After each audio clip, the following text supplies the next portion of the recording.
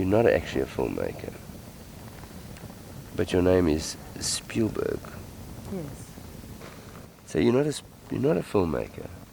It's in my genes, absolutely. What's in your genes? Filmmaking. Oh.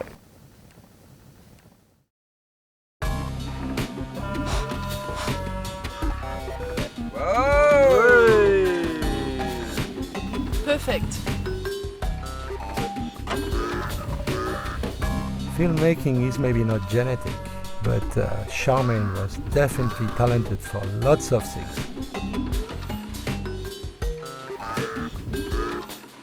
She brought female touch and charm, she was courageous and creative, and she made us try some new things that we didn't think of, and that turned our little film mission into lots of fun.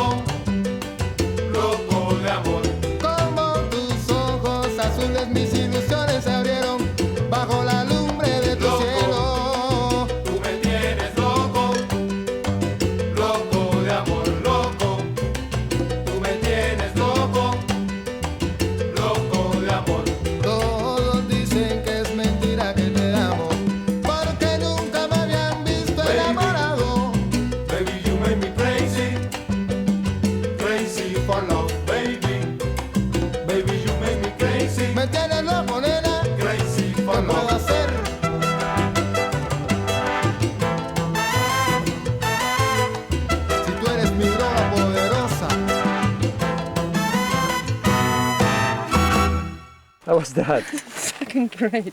Very good. I'm a professional. I can do this very well. And I'm not even shaking.